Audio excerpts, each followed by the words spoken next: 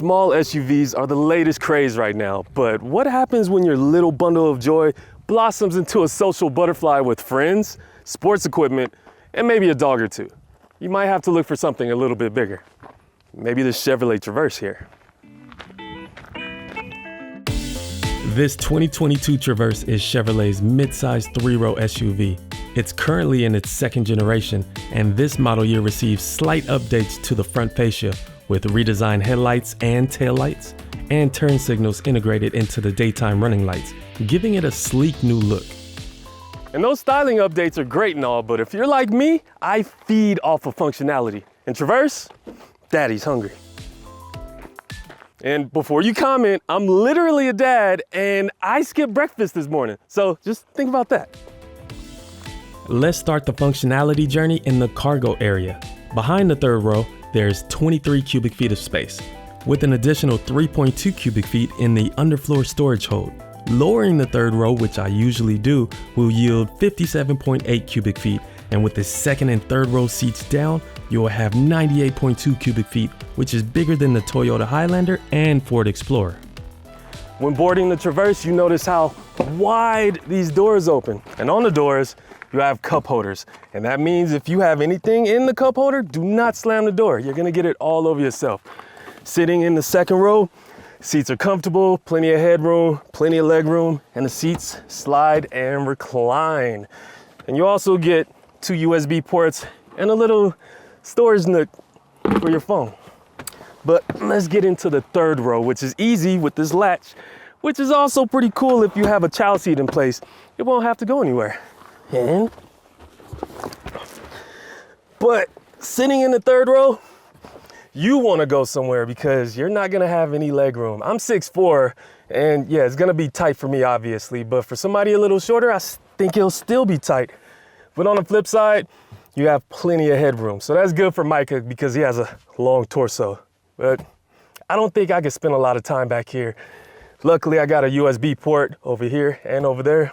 But besides that, yeah, this is probably for kids or tiny people. Up front in the driver's position, headroom is still abundant, and the seats are comfortable with a wide range of motion and well-placed armrest. Functionality continues with a large center console and a bin for your phone with available wireless phone charging.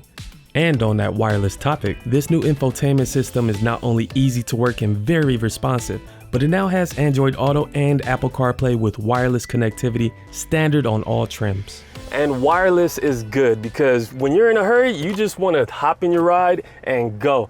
And if you're hungry for more functionality, the passenger side has this little cubby for their phone. And check this out. The screen lifts up so you can put in kids snacks or a binky or whatever. And definitely not anything bad, ever.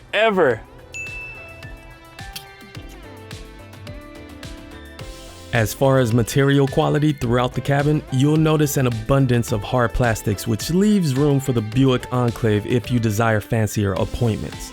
But in the Traverse, the materials are soft where you need them, as long as your hands don't wander. But now it's time to get the Traverse wandering on the road to see how it drives. And it drives just fine. Suspension absorbs bumps well, and when cornering, the Traverse feels planted. It's generally a nice, quiet, and pleasant ride in here. Although, if you plan on doing some spirited driving to soccer practice, the lack of lateral support in the seats may send you sliding. Ugh. All trims come with a 3.6-liter V6, making an ample 310 horsepower. The Traverse gets up to speed quickly when needed, and when properly equipped, it can tow up to 5,000 pounds. And all that power is linked to a 9-speed automatic transmission, which is buttery smooth. And when the pedal drops down, downshifts are quick and acceleration is prompt. For its given size, fuel economy in a front-wheel drive Traverse is efficient, while all-wheel drive models take a small ding in efficiency. There is an inconspicuous automatic engine start-stop system that saves fuel when the vehicle is at a stop, but if that's not your thing, the button to shut it off is at the bottom of the gear selector. The Traverse does a fine job hiding its size with relatively light and easy steering and a tight turning radius that gives you the confidence to maneuver through parking lots or a tight street neighborhood like mine's. While maneuvering your people hauler, you'll be happy to know that some previously optional driving aids now come standard, like rear parking sensors, forward collision warning with automatic braking, lane keeping assists, and blind spot monitor with rear cross traffic. And it's really helpful because over your right shoulder, the visibility is really, really bad, thanks to that second row headrest, whether it's occupied or not. And wanted to give you one final courtesy call before your warranty expires and your coverage is voided.